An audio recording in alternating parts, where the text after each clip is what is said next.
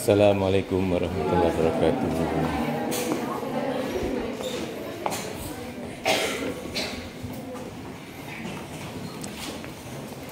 Kita akan berbicara tentang konsep. Jadi apa itu konsep? Kalau Anda sudah membaca, jadi kalau kita mempunyai grup, kemudian kita mempunyai subgroup, ya. Kemudian kalau subgroup itu dikalikan semua unsurnya dengan suatu unsur di kanan atau di kiri, itu yang disebut dengan konsepnya. Jadi by definition, ya, kalau kita punya G itu grup, A itu grup bagian atau subgroup dari G, A itu unsur di G, konsep kanan dari A di G yang memuat A didefinisikan ini itu himpunan yang memuat perkalian semua unsur di H dengan A, ya, tapi hanya di kanan. Nah, ini penyebutan kanan kiri ini relatif terhadap posisi A, ya kan, ya. Kalau hanya di kanan berarti posisi kanan. Nah, ini akan bermakna kalau grupnya bukan grup komutatif, ya. Kalau grupnya komutatif atau grup apel, ini di kanan atau di kiri, ya, kami mawon, kodowai, gitu, ya. Saya nah, ini kalau komutatif kan HA sama dengan AH, ya. Jadi ini kanan dan kiri, jadi tidak bermasalah kalau grupnya apel. Oleh karena itu nanti ini akan menarik kalau kita pakai contoh-contohnya dalam grup yang tidak komutatif, ya, atau tidak apel. Sebagai contoh grup permutasi, ya. Itu contoh adalah grup yang tidak. Nanti dengan cara yang sama kita juga bisa mendefinisikan yang proses kiri, ya. Hanya sebelah, ya. Ini adalah proses, ya. Nah, kemudian sebagai ilustrasi ini saya pakai ini tadi saya pakai di quiz, ya. Ya, grupnya adalah S3. Anda sudah pernah atau sudah paham betul apa isi dari S3? Isinya berapa banyak unsurnya? Nah, ya. 3. Ya, saya rekod, ya. Itu kalau kita tulis identitas 1 2 1 3 2 3 1 2 3 1 3 2. Makanya kemarin saya pesan ini perlu diakrabi karena banyak kita pakai. Ada contoh gitu, ya. Nah, kalau kita lihat ini adalah ini subgroup, ya. Nah, kenapa? Karena identitas dengan 1 2 1 2 itu inversenya kan 1 2 sendiri, ya. Ya, kalau 1 2 dikalikan 1 2 dari identitas, berarti ini close under composition dan close inverse, ya. Jadi dia subgroup. Kita mau pakai two step test atau one step test, ini adalah subgroup, ya. Oke. Kemudian konsep kanan dari H, Anda nanti kalau mencari semuanya itu mulakan cari ada 6, ya kan? Ya. Tinggal gantikan aja. Nanti kalau lancar mengkomposisikan cepat ini, ya, sebenarnya, ya. Nah, ini jadi H dikalikan identitas, berarti konsep kanan terhadap identitas, ya, semua unsur di H ini dikalikan dengan identitas. Berarti identitas kali identitas 1 2 kali identitas, hasilnya tetap di H sendiri, ya. Kemudian kalau konsepnya terhadap 1 2, identitas kali 1 2 1 2 kali 1 2. Yang ini hasilnya 1 2, yang ini identitas. Walaupun urutannya beda, tapi sebagai himpunan sama, gitu. Berarti yang keduanya juga sama-sama H, ya kan? Nah, kemudian kalau konsepnya terhadap 1 3, identitas kali 1 3 1 2 kali 1 3. Ini 1 3, ini kan dikalikan 1 3 2, ya. Ini tinggal mengkomposisikan, ya. 1 ke 3 3 ke 3 berarti 2 ke 3 3 ke 1 1 ke 2 3 ke 2 2 ke 2 2 ke 1. Ini harus sudah cepat, ya. Kalau itu nggak cepat tadi ya lama memang, ya. Saya asumsi saya ini sudah lancar, gitu, ya. Nah, S3 kan berkali-kali, ya. Nah, jadi ini beda dengan ini, enggak, ya. Nah, kemudian 1 3 2, ya, terhadap A. Masing-masing kita kalikan dengan 132. Identitas kali 132, 12 kali 132. Ini 132, ini hasilnya 13. Kalau kita lihat kan 1 ke 3, 3 ke 3 berarti 1 ke 3, 3 ke 2, 2 ke 1 berarti 3 ke 1. Sudah selesai kali. Nanti yang 2 mesti kedua ya. Jadi cek. Nah, berarti ini ternyata ini sama dengan yang H1, 3 ya isinya. Walaupun urutannya terbalik kan sebagai himpunan sama ya. Yang kelima terhadap 23 ya, koset kanan H terhadap 23. Masing-masing kita kalikan lagi dengan 23. Ini hasilnya 23 dengan identitas 12 dengan 23, 12 ya. Ya ini keterampilan hitung. Kalau belum belajar sering dilatih ya. Nah, kemudian H koset kanan terhadap 1, 2, 3. Ya masing-masing kita kalikan dengan 1, 2, 3, yang 1, 2, 3, yang ini 2, 3 ini sama dengan ya. Jadi kalau kita lihat walaupun kita ngitungnya ada 6, ternyata yang berbeda ada berapa? Ya, dari jawaban yang ya, yang berbeda 3 toh. Ya. Karena ini sama dengan ini sama dengan ini sama dengan ini, berarti yang berbeda ada 3. Nanti hampir sama juga yang kiri ya. Yang kiri juga walaupun ininya ketemunya nggak persis ya, karena kiri dan kanan bisa berbeda. Ini adalah kita menghitung semua koset kanan ya, semua koset kanan. Jadi bisa gini, bisa. Ya, di buku sudah ada, cuma saya ganti ininya ya. Itu lebih 23 bisa. Ya. Nah, sekarang kalau koset kiri hampir sama. Sekarang pengalinya di kiri, cuma hasilnya belum tentu sama ya kalau unsurnya di kanan atau unsurnya di kiri. Ya, ada yang sama di tidak ya. Ini sama, identitas H hasilnya adalah H ya. Kemudian 1, 2 dikalikan H hasilnya sama dengan H juga ya. Ya. Kemudian kalau 1, 3 di kiri hasilnya ini ya. 1, 3, 1, 2, 3. Kemudian 1, 2, 3 dengan H di kiri. Ini juga hasilnya ini sama dengan ini kan ya. Kemudian 23 dengan H, ini 23 ini. Kemudian yang terakhir 132 dengan H, hasilnya ini sama ya. Nah, berarti di sini sama seperti koset kanan, ada 3 koset yang berbeda.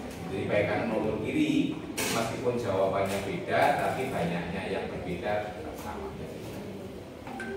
Nah, dari ilustrasi ini nanti kita bisa menginvestigasi sifat-sifatnya, ya. Sifat-sifatnya kalau ya sebetulnya bisa kita turunkan dari sini. Kalau di bukunya kalian dilema itu juga sekali, ya, terima kasih. Sekarang punya di X. Nah, pertama kita lihat ya, ini bahwa koset itu akan memuat unsurnya. Jadi koset H ya, ini coba lihat ya. 1, 2H itu juga masuk di sini. 1, 2. 1, 3H 1, 3 juga masuk. 1, 2, 3, 1, 2, 3 juga masuk. 2, 3H, 2, 3 juga masuk. Demikian juga yang di kanan tadi ya. Nah, itu sifat pertama. Jadi koset itu pasti memuat unsur. Itu sifat pertama di skema itu ya. Mengapa? Karena pasti unsur dikalikan dengan identitas. Subgroup itu kan pasti memuat identitas ya. Nah, jadi unsur pembentuk koset itu pasti akan masuk dalam koset. Artinya apa?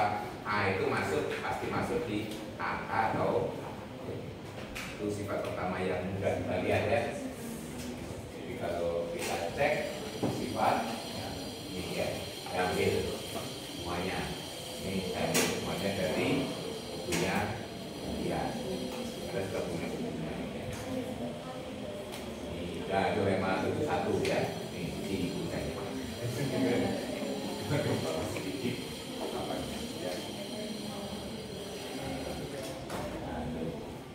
satu kalau di bukunya. Jadi itu isinya aja kita lihat tadi ya.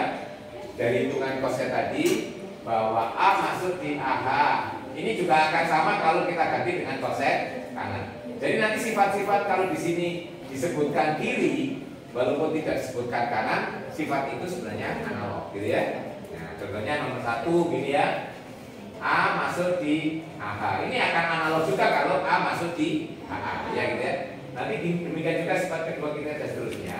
Selama itu tidak disebutkan sendiri-sendiri, berarti sifat itu analog, ya. Baik kanan maupun kiri, ya. Jadi kalau kiri sudah dibuktikan, yang kanan ya sifatnya sama saja. Nah, kalau nomor 1 saya kira buktinya tidak terlalu sulit ya. Jadi karena kita punya ini sifat pertama, kalau A kita punya unsur di G, berarti A itu bisa ditulis sebagai A kali E, gitu ya. Nah, padahal E itu unsur di H, gitu ya. Berarti ini anggota A, gitu ya. Ya, karena anggota di AH itu adalah semua perkalian A dikalikan unsur di A, ya. Ini kan bentuk ini kalau kita simpulkan tadi ini adalah bentuk A kali A hanya di A, gitu ya.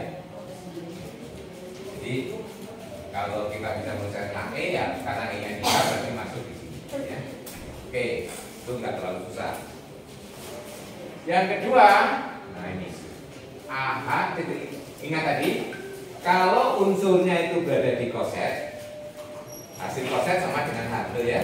Contoh tadi kalau Anda kalikan identitas dengan H, 1, 2 dengan H, contohnya contoh kita lihat, hasilnya kan H, baik di kanan maupun di kiri ya. Nah ini menunjukkan bahwa kalau kita punya unsur di subgroup, kosetnya kembali ke subgroup. Itu sifat kedua. Jadi koset yang dibentuk oleh A sama dengan H jika dan hanya jika A-nya berada di A, ya.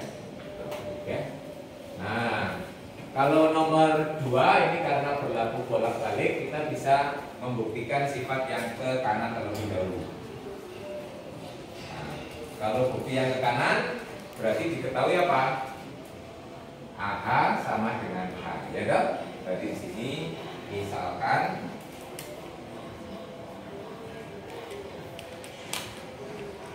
yang akan ditunjukkan apa? A berada di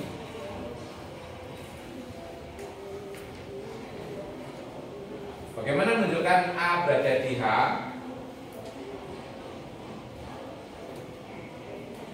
Menurut sifat pertama, A itu berada di AH, betul ya? Ya. Menurut sifat 1,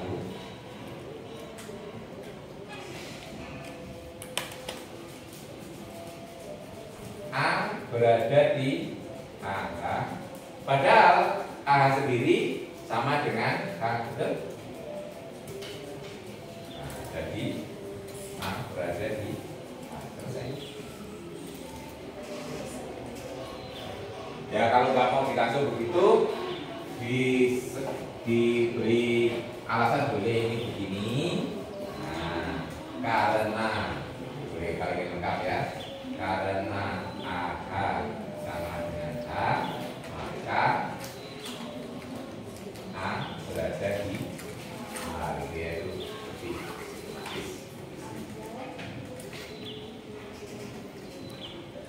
Oke, bukti ke kiri.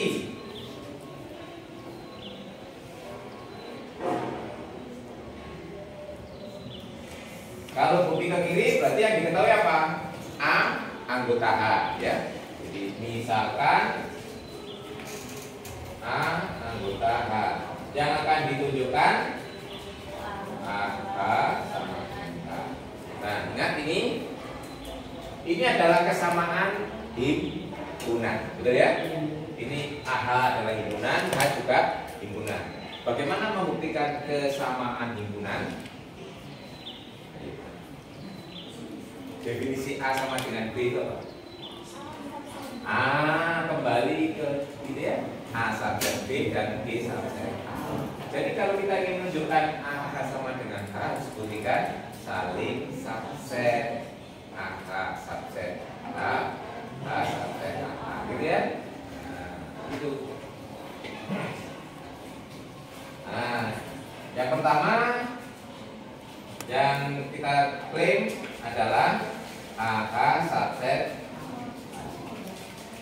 ya. Bagaimana menunjukkan subset? Ambil unsur di sini, tunjukkan dia di sini, betul ya?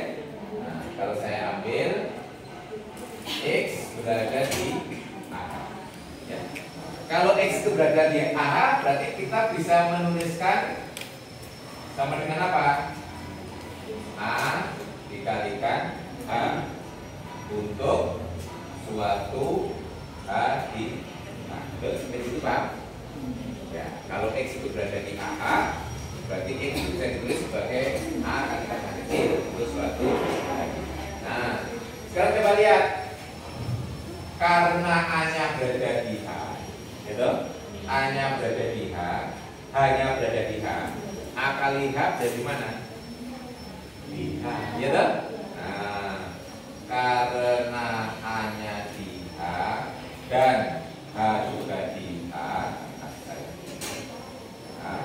maka X yang sama dengan AH itu juga berada di H. Kenapa? Karena hanya adalah sub, berarti close, gitu. Udah, kita mengambil X berada di AH, kemudian X ditunjukkan X berada di H. Kesimpulannya apa? Jadi AH subset. Betul? Ya. Ini saya mulai lagi landasan matematik ya. Nah, ini dari landasan matematik kan ya. Nah, 1,5 tahun yang lalu. Ya. Ya kalau dari ujung semester ke awal semester 1 tahun ya. Kita 1 tahun lalu kuat ya. Nah sekarang kita klaim sebaliknya. Kita klaim bahwa H subset dari A. Ya.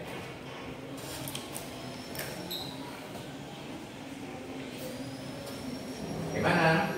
Tunjukkan. Yang ambil unsur di H, betul ya? Nah, kita tunjukkan dia berada di A.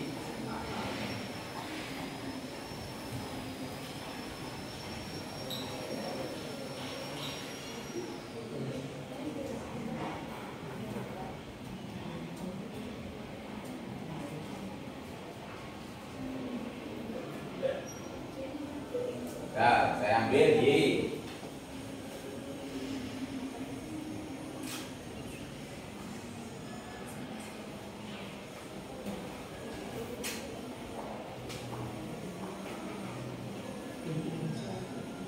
Bagaimana cara mengatasinya supaya Y-nya itu nanti masuk di A. Lihat ini ya. Diketahui apa? A-nya kan berada di A. Karena A itu berada di A, maka A inverse berada di H ke ya. Karena hanya satu. Jadi apa? A inverse Y berada di H ke A inverse berada di H, Y berada di H. Berarti A inverse Y berada di H. Terus, jadi kita bisa tulis A inverse Y sama dengan misalnya H1. Ya, tadi yang sudah dipakai di sana H1 untuk suatu H1 berada di H. Jadi Y akan sama dengan A H1. Ini anggota A.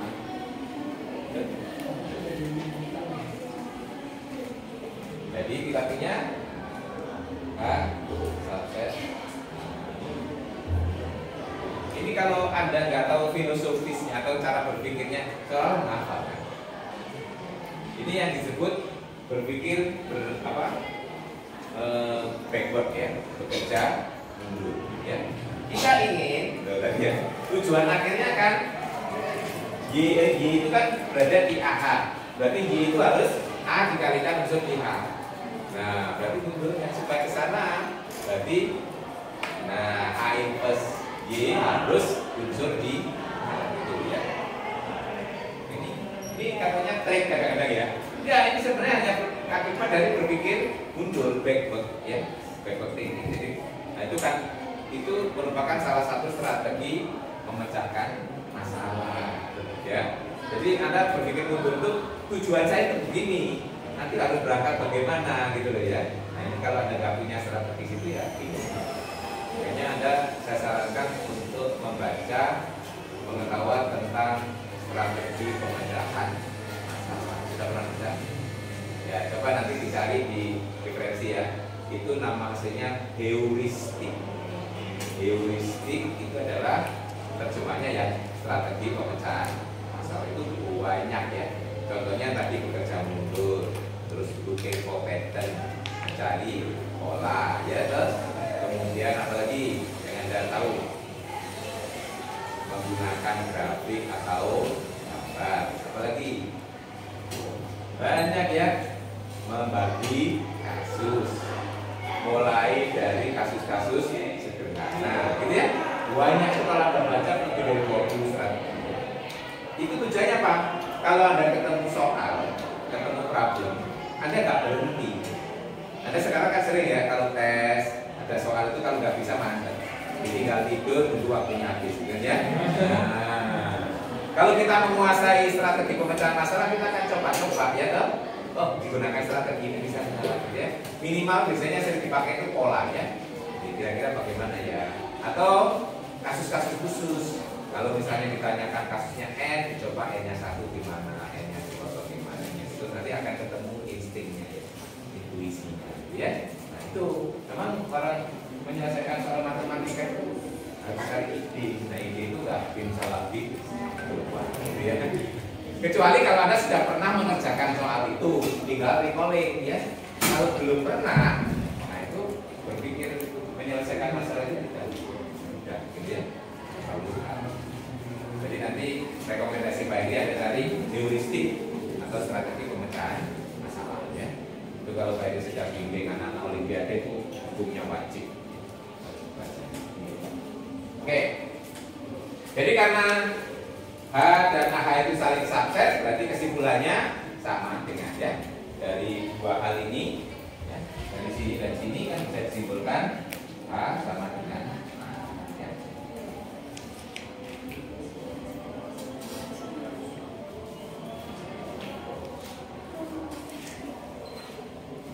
oke, itu nomor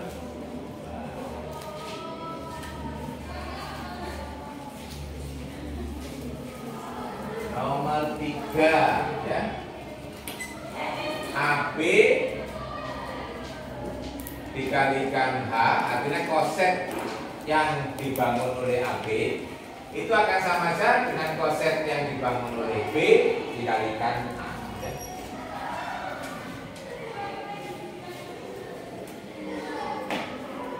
Itu nanti yang kanan analog ya, berarti cukup dibuktikan yang satu saja, ya. Yang kalau kiri sudah, cuma asosiatifnya kalau yang koset kiri di kiri, koset kanan di kanan, balik ya. Atau ada yang mau coba buktikan?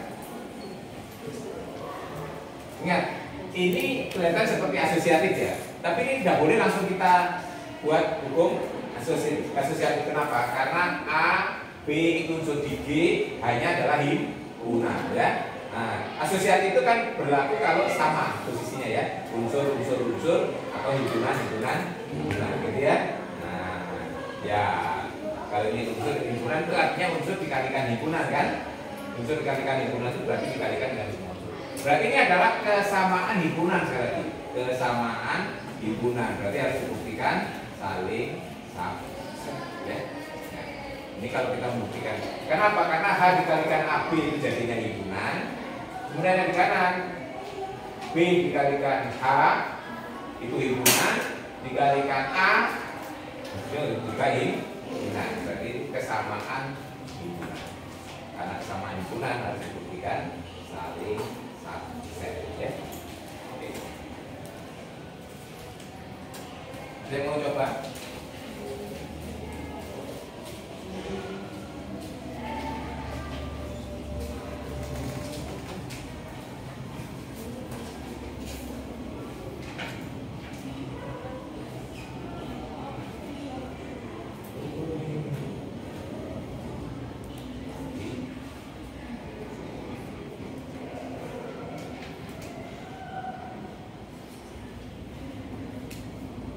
Ada yang membaca, ada yang dicoba. Boleh dicoba didemonstrasikan di depan. Jadi demonya tidak hanya sekedar demo kenaikan harga. Demo kosan. Oke. Nah, sekarang yang akan ditunjukkan yang ini subset ini ya. Ya. Ya. Ya. Tidak apa-apa, Leman. Nah, berarti caranya seperti tadi, membuktikan kesamaan himpunan subset. Saya ambil X itu di A, B, A, ya. Jadi kita bisa tulis X itu akan sama dengan AB dikalikan H untuk suatu H, ya. Nah, kalau seperti ini baru boleh digunakan hukum asosiatif. Kenapa? Karena ini sudah A, B, H ini semuanya unsur di grup gitu ya. Nah, kalau tadi masih dalam himpunan nggak boleh. Jadi kita punya X itu akan sama dengan A.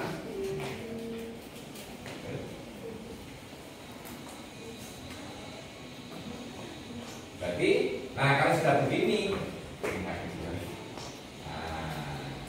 yang ini adalah unsur ya, mungkin A, itu ya. Jadi ini adalah unsur A. Ya, ini baru. Jadi kita punya bahwa AB A subset. Hampir sama, sebaliknya kita yang harus hati-hati itu adalah begitu hukum asosiatif kita kenakan itu hanya boleh kalau sama, ya posisinya sama-sama unsur. Kalau ini kita anggap langsung hukum asosiatif, nah ini ya nggak bisa, ya kan ya. Jadi kalau sebaliknya kita klaim bahwa ini subset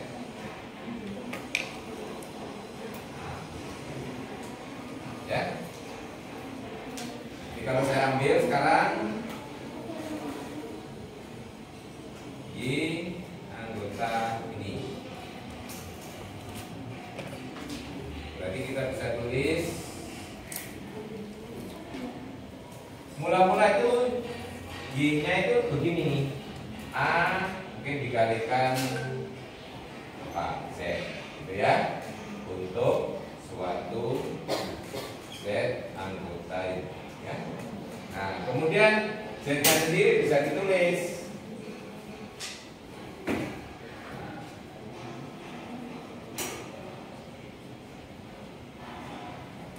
ya. Jadi dengan demikian Y yang sama dengan AZ itu akan sama dengan A1 ya. Nah, ini baru akan sama dengan AB ya toh? Asosiatif. Nah, ini yang menjadi anggota AB.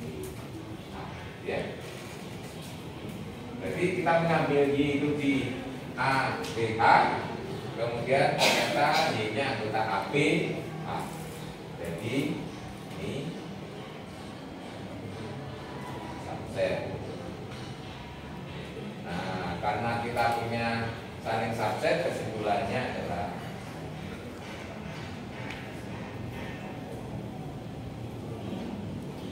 nanti yang kanan analog ya. Bukti yang satu lagi analog.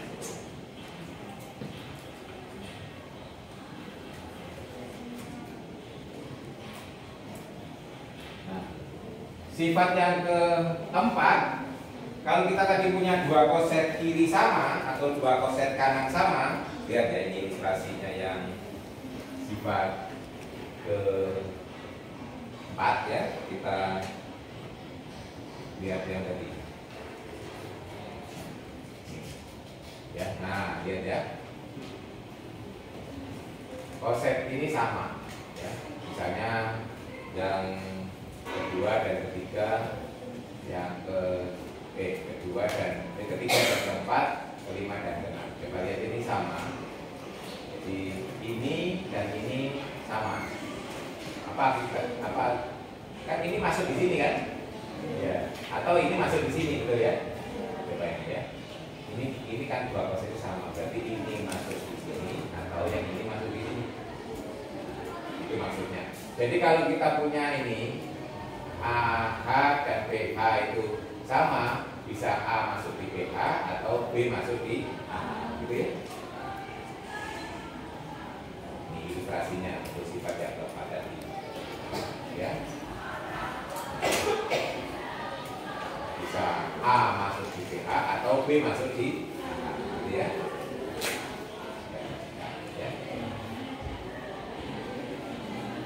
Jadi sifat-sifat ini bisa kita lihat dari contoh tadi ya. Jadi atau sebaliknya dari contoh itu terus di generalisasi. Sifat ini nanti akan banyak digunakan ya, misalkan perlu dilihat ya. Yang sifat keempat ya.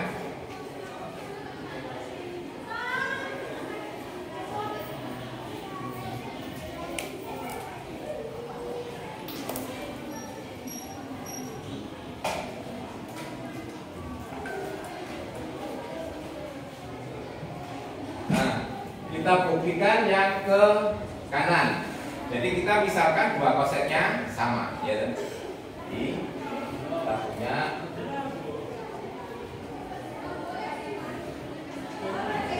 yang akan ditunjukkan kanannya akan ditunjukkan A masuk.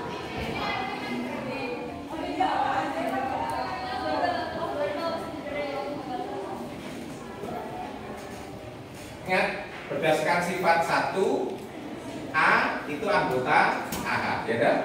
Menurut sifat 1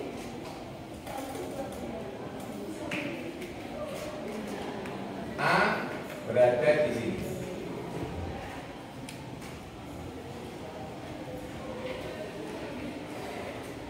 Ya sudah, selesai. Gampang kan? Karena ini sama, maka A ya anggota ini ya. Yang ke kiri, jadi yang ke kanan ya. Yang ke kiri, misalkan A anggota ini ya. Yang akan ditunjukkan. Ingat, ini juga kesamaan himpunan, saling subset. Pertama kita buktikan yang ini, A subset ya. Saya ambil X anggota ini. Kita tulis X itu sama dengan ini. Untuk suatu hari.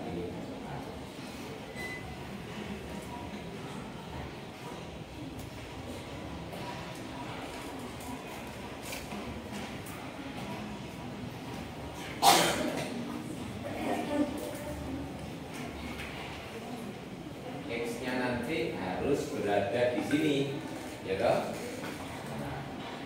Ini cara berpikirnya ya. Kalau X itu harus berpikir munturnya ya. Pertanyaan kita kan, apakah X nanti berada di ini? Ya, backupnya ya.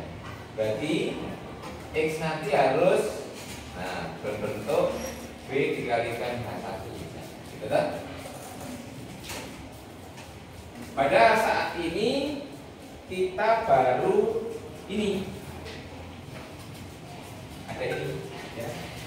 X-nya berbentuk A. Ya, kita manfaatkan yang diketahui supaya A-nya bisa diganti dengan ini toh. Ini A-nya harus diganti dengan ini. Nah, lihat ya, bahwa A itu kan berada di ini. Berarti A itu kan bisa ditulis sebagai B misalnya A2 misalnya ya. Nah, gitu kan? Oke, pokoknya ya. Ya kalau ini tahu belakangan ya ini dulu ya kan? Nah, berarti nanti X digantikan AH, A-nya bisa diganti dengan B, gitu ya. Nah, ini. Ya, pertama kita karena ya A itu anggota ini, ya, maka A itu bisa ditulis sebagai misalnya H1 untuk suatu H1 di.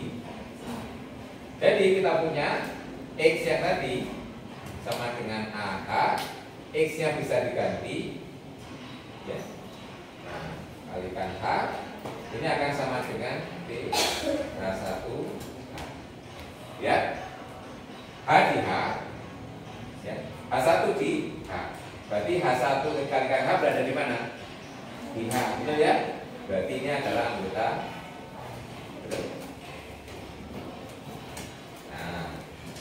Kita mengambil X-nya berada di sini, ternyata berada di sini. Jadi kita punya AH subset.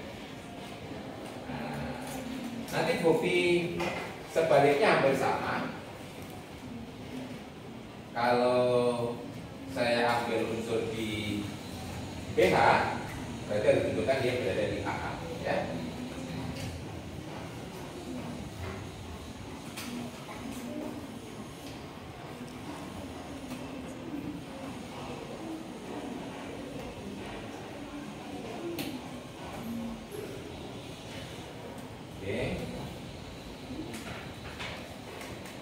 Ambil Y, ya.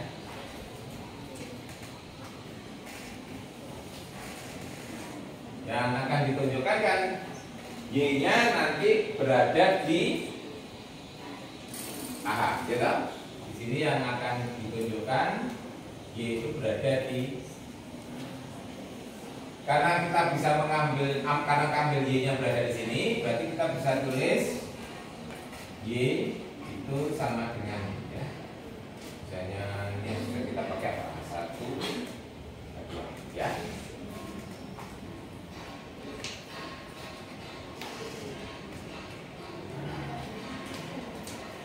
Y nanti harus berada di AH. Nah, berarti nanti B-nya harus diganti dengan A. Caranya bagaimana? Dari sini tadi, ya. Karena kita sudah punya, tadi sudah kita tulis ya, itu tulisan nggak apa-apa ya. Karena A itu di sini, A tadi kan sama dengan ini, ya toh. Berarti B nanti bisa diganti ya tadi karena A itu sudah berada sama dengan ini ya. Karena kita punya tadi A itu sama dengan B1, maka B akan sama dengan apa? A H1 ini masuk ke ya. Jadi Y yang sama dengan ini DH2, B nya diganti A H1 inverse H2, berarti akan sama dengan A H1 inverse H2. Sekarang perhatikan H1 di H, berarti H1 inverse berada di H, ya. H2 berada di H, berarti hasil kali dua unsur ini berada di H kan. Nah, jadi kesimpulannya ini berada di H, ya. Nah, kita mengambil Y berada di O, ya. Tadi Y-nya diambil di BH, ternyata Y-nya berada di AH. Jadi kita punya kesimpulan bahwa ini subset. Oke, dengan menggunakan dua hal, yaitu pertama AH subset dari BH, kemudian yang kedua BH subset dari AH. Jadi kita punya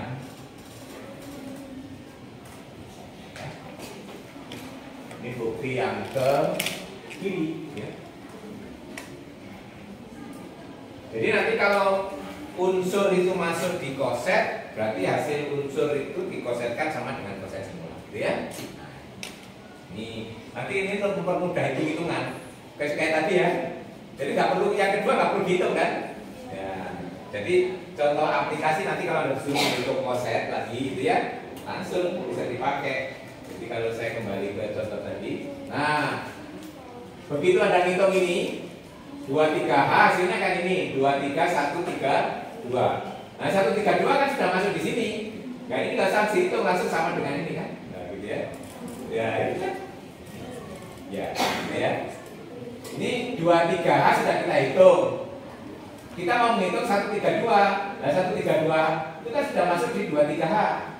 Ya, berarti ini hasilnya akan sama dengan di sini. Itu penggunaan tadi kan. Jadi nanti apalagi nanti kalau hitungannya itu banyak yang sama itu lebih dari 2 gitu ya, bisa menghemat hitungan gitu ya. Ya. Jadi kita identifikasi. Itu kegunaan sifat itu untuk mempermudah. Nah, ya. Kalau tadi kan kita berbuat gitu karena kita belum tahu sifatnya. Ya. Setelah tahu sifatnya ya. Oke. Nah, sifat kelima. Nah, sifat kelima ini apa maknanya? Kalau kita punya dua koset kiri atau koset kanan, cuma ada dua kemungkinan, sama atau bis. Maksudnya apa? Kalau kita punya dua himpunan itu biasanya kan ada 3 kemungkinan, betul ya? Ada 3 kemungkinan. Kemungkinan pertama itu disjoin, kemungkinan kedua ini, ya toh? Nah, kemungkinan ketiga sama, jadi 1 gitu ya. Nah, jadi kalau kita punya dua koset, yang ini nggak mungkin, ya. Jadi cuma ada ini atau ini gitu ya. Jadi yang kemungkinan seperti ini nggak akan ada, nggak akan ada terjadi. Dua koset itu lepas atau jadi 1 gitu ya. Jadi kalau kita lihat tadi ya, contoh, ya ilustrasi lagi ya, tadi kembali ke ilustrasi tadi. Nah ini, sama-sama koset kiri. Nanti kan ada 3 koset yang berbeda, A, terus ini 13H dan ini ya 23H ya.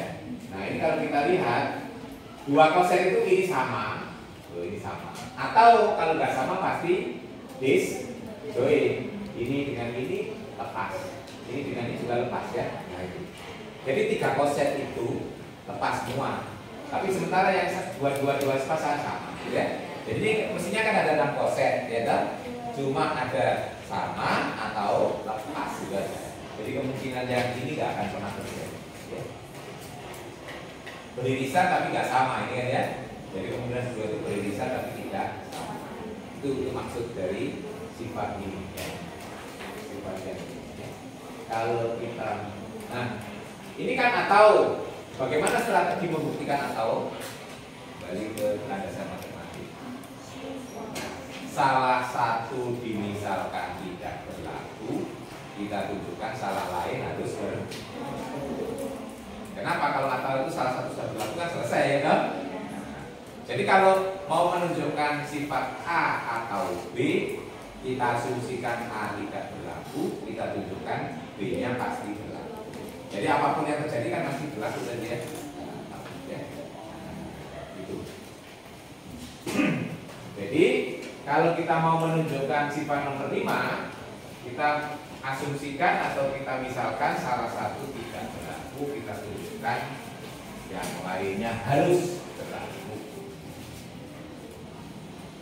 Ini strategi pembuktian saya rekoling semua lagi ya dari landasan matematik semuanya. Jadi dijelaskan bagaimana strategi membuktikan or ya atau ya.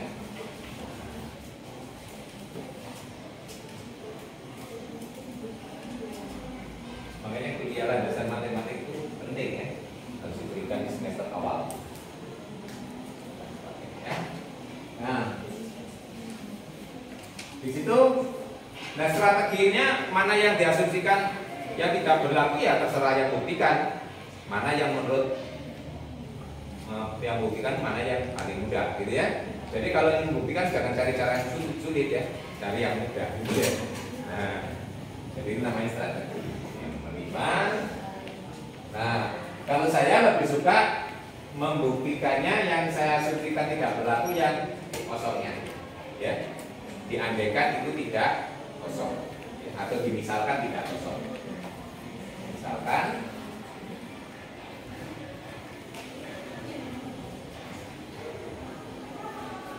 nah ini tidak kosong. Yang akan kita tunjukkan apa? Sama, gitu. Yang akan ditunjukkan yang ini, nanti yang akan ditunjukkan sama dengan ini. Nah, itu kan ya. Strateginya saya misalkan tidak kosong irisannya, terus kita tunjukkan 2 kosen itu. Nah, kalau saya punya irisan 2 kosen itu tidak kosong, berarti apa? Ada irisannya, gitu ya. Berarti kita bisa pilih salah satu anggotanya, ya. Nah, berarti kalau ini tidak kosong, berarti ada anggotanya, saya bisa pilih. Misalnya pilih X anggota iris ke, karena tidak kosong. Nah, jadi kesimpulannya apa? X itu anggota ini dan X anggota yang nah, berarti apa? X bisa ditulis sebagai ini, ya. Bisa juga sebagai ya. Jadi X itu bisa ditulis bisa begini kan? Ya. Untuk suatu satu ya. Nah ini dari sini. Nah sekarang akan dibuktikan ini. Buktikan ini kan kesamaan himpunan lagi. Harus dibuktikan saling subset. Pertama saya klaim dulu. Nah, klaim ini subset.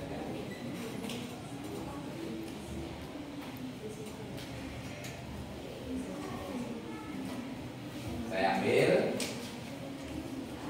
di anggota ini.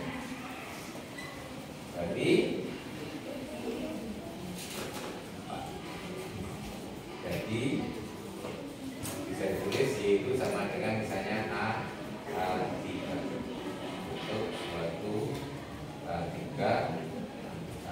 Nah sekarang di sini berarti kita akan menulis ini tujuannya kan ya. Nanti harus dibuktikan Y itu anggota ini. Berarti nanti dalam benak kita Y itu harus B kali sesuatu misalnya. Gitu ya? Hanya gitu ya. Nah, padahal di sini A. Berarti A-nya harus kita paksa diganti dengan B. Ya. Bagaimana caranya ini? Nah, ini kita punya tadi hubungan ini kan sama dengan ini. Ya.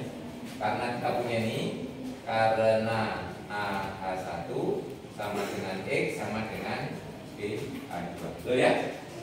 Maka A akan sama dengan apa? B A2 A1 inverse, betul? Ya, di sini dikalikan inverse A1 di sebelah kanan ya. Nah, jadi kita punya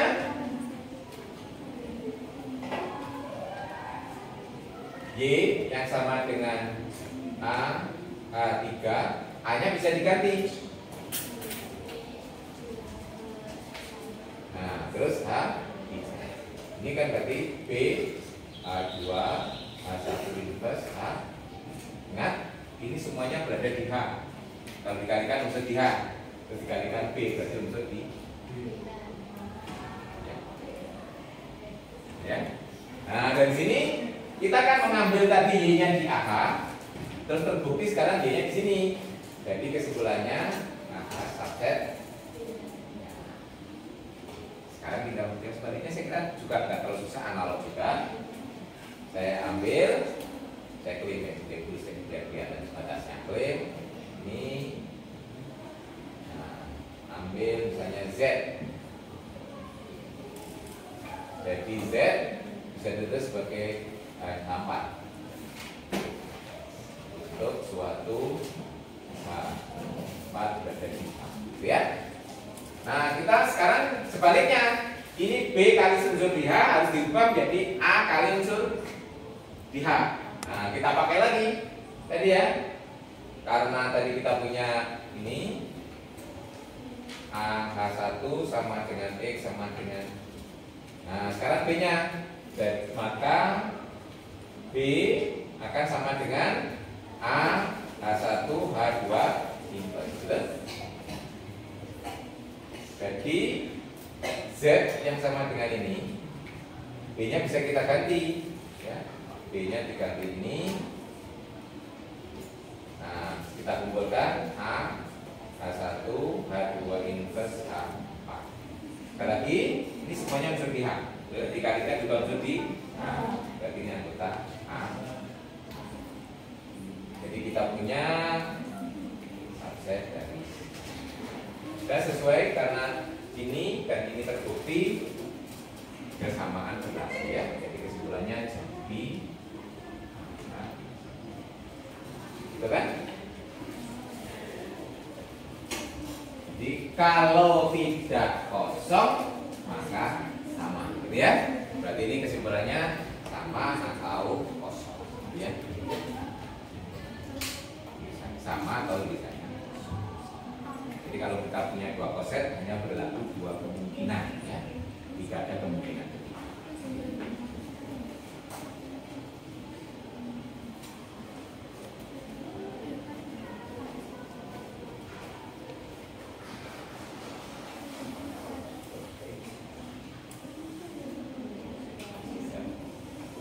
Sudah selesai.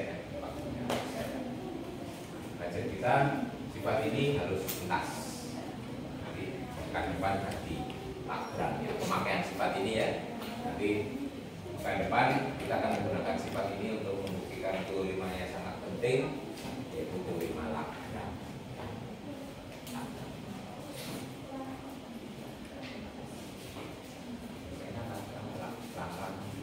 Itu kan orang Prancis itu. Oke. Itu sifat kelima, sifat keenam. Nah, ini juga salah satu kriteria kapan dua koset itu sama. Nah, ini intuisinya bisa dibangun sewaktu Anda bekerja dengan subgroup dari Z. Ya.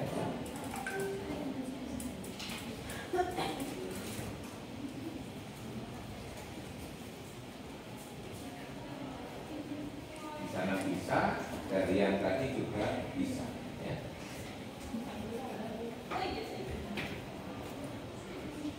Kalau dari sini tadi juga bisa, dari sifat tadi ya. Kalau kita punya koset itu sama, misalnya di sini ya. Nah, ini dua koset itu sama. Nanti kalau Anda lihat ini kan sama-sama di sini, berarti inverse kalikan ini harus berada di H, coba ya. Inverse dari 23 kan 23 ya. Nah, 23 dikalikan 132. 23 dikalikan 132. Di sini jadinya berada di H. 23 dikalikan 132 itu apa?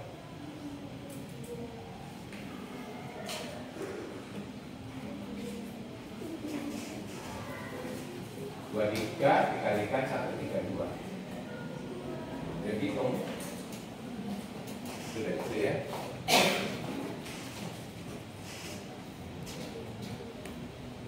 1 ke 1, 1 ke 3, 3 ke 2, 1 ke 2, 2 ke 1, 3 ke 3, 1, 2. 1, 2 itu berada di A, betul ya? Ya. Ini intuisinya tadi. Oke. Ini kita lihat. Jadi ini kriteria yang ini kriteria kapan dua konsep itu sama. Jadi intuisinya bisa kita lihat dari contoh ini tadi. Nah, H dua konsep itu sama dengan PH kalau A inverse B masuk di H ya.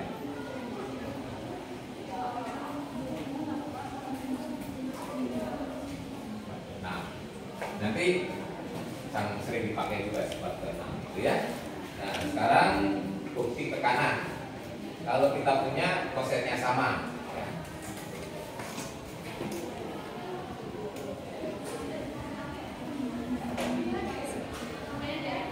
Di yang ke kanan kita misalkan kosetnya yang sama, yang akan ditunjukkan A inverse B masuk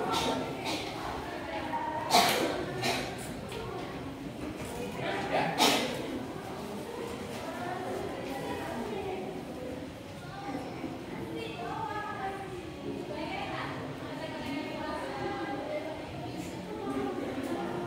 Ya, ini kita gunakan sifat pertama ya. Menurut sifat pertama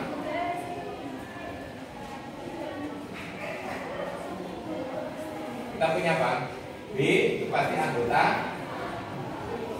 ya. Karena kita tahu bahwa ini sama gitu, maka B pasti anggota A. Jadi B bisa ditulis sebagai A misalnya ya, untuk suatu A.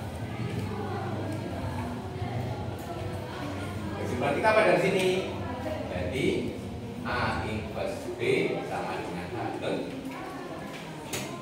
Ya. Ini anggota apa? Bukti yang ke kanan. Jadi kita bukti bahwa A inverse B anggota A. Yang ke kiri, kalau ke kiri kita misalkan A inverse B anggota A, yang akan ditunjukkan kosetnya.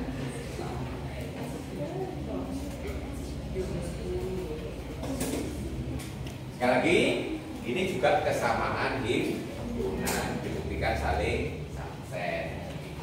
Nah, pertama subset A subset B dulu, bahwa ini subset dari ini. Kita ambil X itu anggota ini. Jadi X bisa ditulis sebagai A1 untuk suatu A1 di. Nah, sekarang X-nya itu kan berarti harus berada di sini. Teman di sini ya. Berarti X-nya itu harus B kali sesuatu. Ya.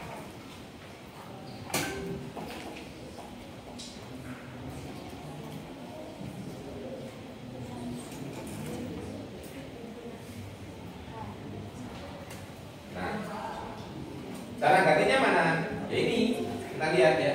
Dan ini, karena kita punya ini A inverse B itu anggota A. Nah, nanti A-nya harus diganti dengan ini kan? Nah, maka A inverse B itu bisa ditulis misalnya ini A1 tulisannya sebagai A2 untuk suatu A2 di A. Jadi dari sini kita punya apa? A akan sama dengan apa?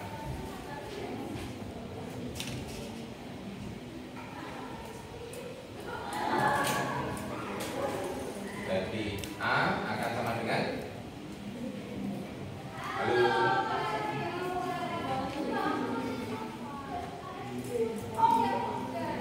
betul?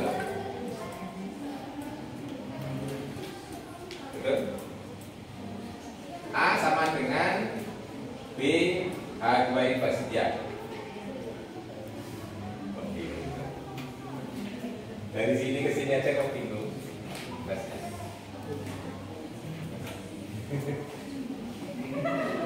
A inverse B sama dengan A2. Berarti B sama dengan A H2. Berarti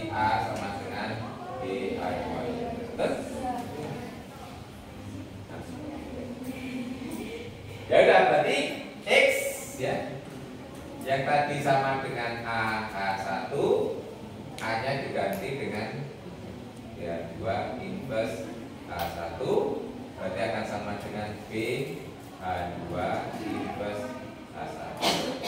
H2 inverse di H, H1 di H, ini berada di H. Berarti unsur di, jadi kita punya A1 ya. Sebaliknya juga hampir sama, saya kira ya.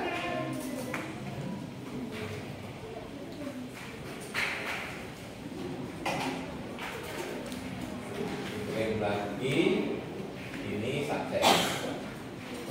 Saya ambil statistik sekarang Y. Saya tulis Y sama dengan B, hanya sudah berapa 2, H3.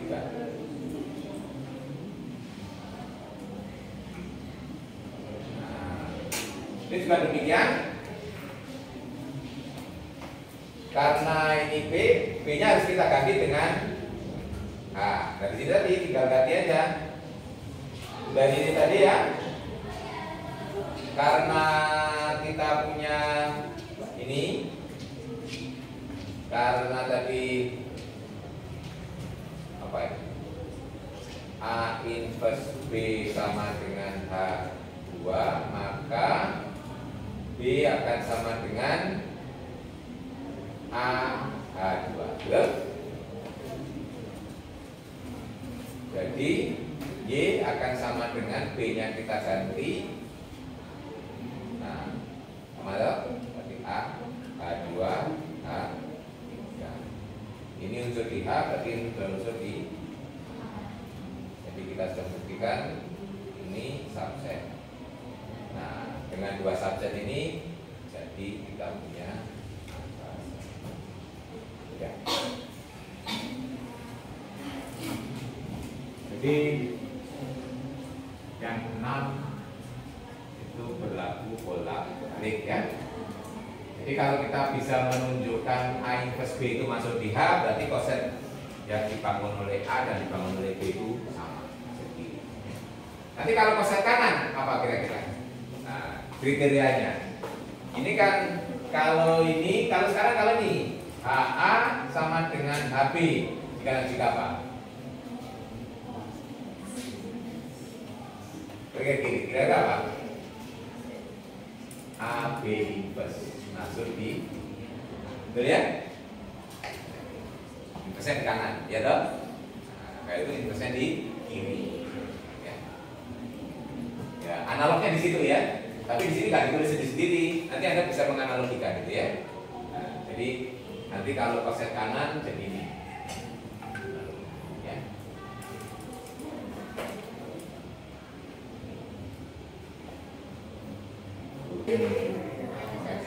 Ya, oke.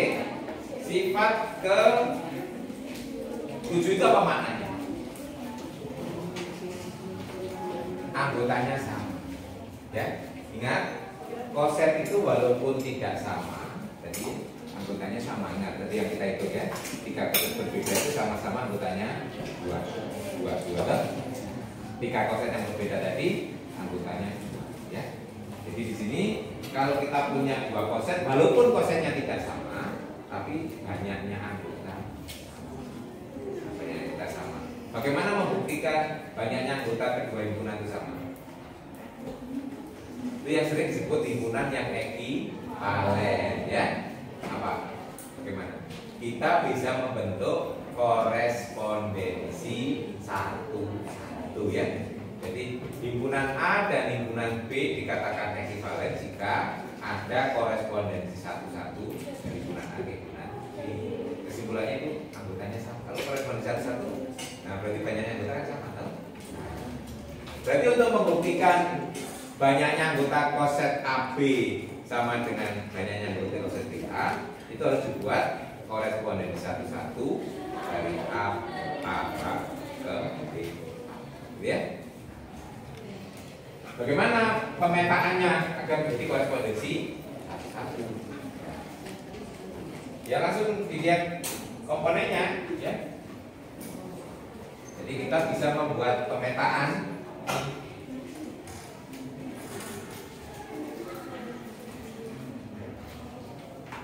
Apa kira-kira pemetaannya? Ya langsung unsur ini berbentuk angka kita gitu ya, untuk semua tadi, gitu ya. Kita bisa membuktikan itu merupakan korespondensi satu-satu, yaitu pada dan satu. Bisa membuktikan itu pada dan satu-satu. Pertama dibuktikan dulu verifying, ya. Verifying itu kalau unsurnya sama dipetakan ke, ya. Kenapa perlu verifying? Karena ada kemungkinan perkalian itu unsur yang berbeda tapi menghasilkan unsur yang sama tadi, gitu ya, di proses tadi ya. Nah makanya ini perlu dibuktikan verifying, ya. Membuktikan verifying itu sama dengan sebaliknya itu membuktikan satu, ya kan? Kalau verify itu berangkat dari unsur di domain sama, kita tunjukkan petanya sama. Kalau satu-satu kita tunjukkan unsur di domain sama, petanya itu ya, terus di domainnya sama. Jadi membuktikan verify itu sebaliknya sama dengan buktikan satu. Jadi kalau kita bisa buktikan jika dan jika, berarti sudah verify dan satu, ya kan? Nah, jadi kalau Anda bisa membuktikan bahwa ini AH1 sama dengan AH2 jika dan jika AHB. AH1 sama. Nah, ya, kalau bisa membuktikan ini berarti ke kanannya verifying, ke kirinya satu-satu, gitu ya. Ini kalau ini jika dan jika sudah, saya kira tidak susah toh. Kenapa? Ya, kalau buktikan ini berarti AH1 sama dengan AH2 jika dan jika apa? AH1 sama dengan AH2, itu konstelasi, betul ya? Yang ke kanan konstelasi, yang ke kiri dikalikan, ya toh sama. Nah terus ini jika dan jika, betul? Ya, karena dulu kan ya. Nah berarti dari sini sifatnya dari sini juga P ini verify dan satu, tinggal menunjukkan pada, ya. Kalau menunjukkan pada gimana? Ambil unsur di sini lah. Kalau saya ambil B H anggota ini, nah, berarti apa? Kita pilih AH, gitu ya. Tinggal pakai pilih. Ini anggota AH, betul ya. Jadi kita punya B dari AH akan sama. Nah, ya. Nah, selesai. Jadi pada. Jadi tidak susah membuktikan ini. Jadi terbukti bahwa P ini adalah pemetaan yang bersifat satu-satu dan pada. Berarti antara AH dan BH ini terjadi korespondensi satu-satu. Berarti ini ekivalen, kesimpulannya banyaknya anggota sama, ya. Berarti sifat ke-7 itu menyimpulkan bahwa kardinalitas sama. Sifat ke-8. Nah, sekarang dibalik, kalau tadi sama-sama koset kiri, sekarang apa yang terjadi kalau koset kiri sama dengan koset kanan, ya. Nah, tapi unsurnya sama.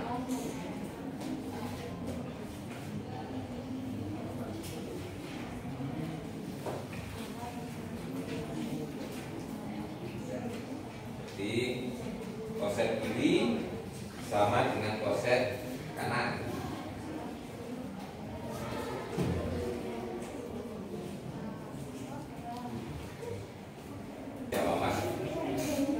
Sekarang kriteria suatu koset kiri sama dengan koset kanan, ya.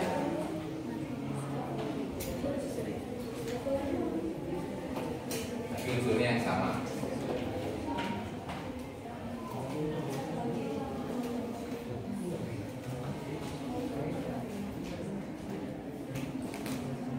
Jadi sekarang kita misalkan ini yang akan ditunjukkan adalah H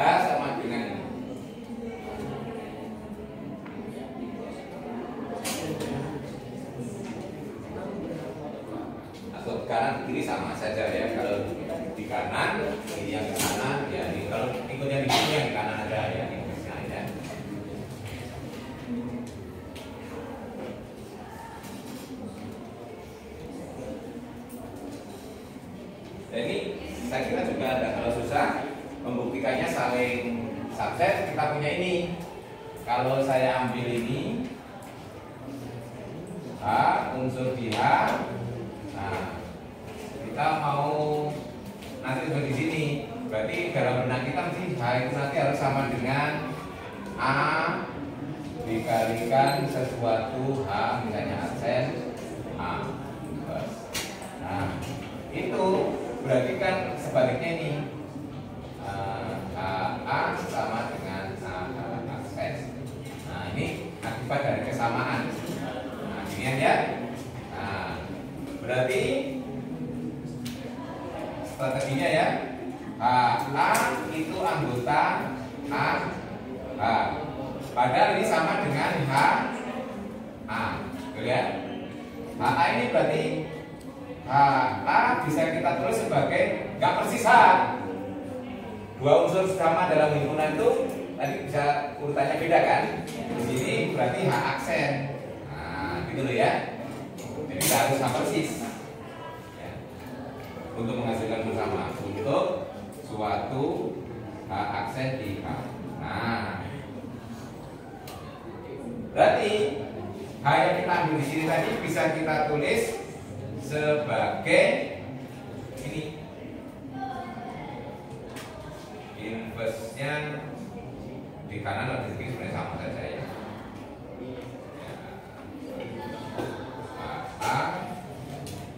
Balik ke ini, balik HA itu anggota AH ya kan, akan kanan di sorry maaf salah. Nah A-nya di kanan tadi ya, biru. Ini anggota A, betul ya? Nah, berarti karena ini sama dengan AH, ya. Karena AA sama dengan AH, jadi AA bisa anggota ini, betul ya? Karena tadi yang terjadi ini sama anggota ini, jadi AA bisa ditulis sebagai AH aksen. Dan kembali. Nah, jadi H akan sama dengan H aksen A inverse. Betul ya? Berarti ini anggota A inverse. Ambil unsur di H, ternyata unsur di sini, jadi H subset. Nah, kita sebaliknya, kalau kita punya ini, kalau saya ambil unsur misalnya X berada di A inverse. Yang akan ditunjukkan apa? Akan ditunjukkan X-nya nanti berada di A.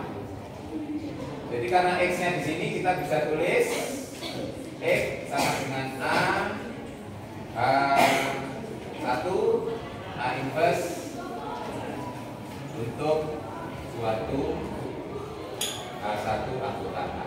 Nah, jadi dia nanti harus berada di X. Ya, kita akan menggantikan di sini. Caranya adalah dengan memanfaatkan AH sama dengan AA. Ya. Kita lihat bahwa lihat ini AH1 itu anggota AH, padahal sama dengan HA. Ya. Jadi AH1 bisa ditulis sebagai H2A. Ya, untuk suatu H2 di A. Jadi akibatnya X sama dengan AH1A inverse akan sama dengan AH1 nya diganti ini H2A, ya, A inverse, jadi akan sama dengan H2A inverse sama dengan H2 anggota. Nah, berarti tadi ambil unsur X di sini, ternyata X-nya berada di H. Jadi A inverse subset dari H. dengan menggunakan dua ini jadi A sama dengan A. Jadi ini kriteria dua koset koset kiri sama dengan koset kanan. Nanti bisa melihat. Nah, yang terakhir adalah tadi kalau menghasilkan itu subgroup ya, suatu koset akan menghasilkan subgroup dari contoh penghitungan tadi. Itu adalah contoh yang pertama kedua yang menghasilkan H. Itu kalau kita kalikan dengan satu identitas atau satu dua. Nah, satu dan satu dua itu anggota satu, itu menghasilkan satu. Ini saya kira juga rumusnya lebih gampang. Kalau kita lihat A itu subgroup, berarti A dikalikan unsur di H menghasilkan subgroup.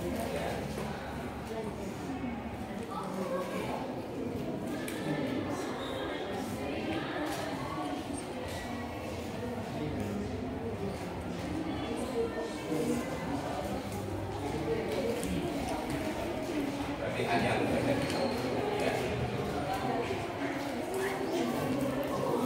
baliknya kalau A nya berada di H, ya A dikalikan unsur semua di H juga menghasilkan unsur di H ya. Kiri ya. Kalau A nya di H dikalikan dengan semua unsur di H juga tetap berada di H. Ya. Nomor 9 saya kira buktinya tidak terlalu. Oke, time is over. Nah, bis. Silakan. Ada yang ditanyakan? Nah, jadi ini kita hari ini sudah sesuai dengan target melihat koset dan sifat-sifatnya. Nah, nanti ini akan kita pakai sifat-sifat ini membuktikan teorema Lagrange. Nah, teorema Lagrange itu tadi ilustrasinya ya. Kalau kita tadi menghitung S3 subgroupnya tadi H, ingat tadi subgroup H itu anggotanya 2. Ternyata kita punya 3 koset yang berbeda, masing-masing koset anggotanya 2. Nah ya, masing-masing koset anggotanya 2. Berarti apa? Banyaknya koset 3, masing-masing koset anggotanya 2. Jadi S3 itu anggotanya 6 ya. Nah hanya tadi anggotanya 2, berarti banyaknya koset itu adalah 6 dibagi, kira-kira itu teorema Lagrange ya. Jadi banyaknya koset itu nanti adalah banyaknya anggota grup dibagi dengan banyaknya anggota subgroup. Nah, itu ilustrasinya ya. Nah, nanti kita diskusikan pada pekan depan. Anda bisa membaca itu adalah tetap catatannya sama bagian kedua ya.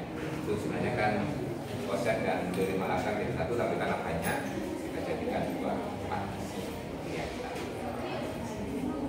Oke, baik. Memang tidak ada pertanyaan karena mungkin sudah sampai sudah lapar, sudah kebayang kantin, sudah kebayang apa? Kalau yang bawa bekal ada yang bawa bekal. Oh, nah nanti nggak ada lagi. Oh sudah selesai. Kalau tidak ada ya sampai. Oh, masih ada lagi. Ada yang tidak. Kata kuliahnya tidak bisa makan ya. Oke, insya kita ketemu lagi pekan depan pada topik teorema Lagrange. Tetap semangat ya. Oke, kita akhiri. Assalamualaikum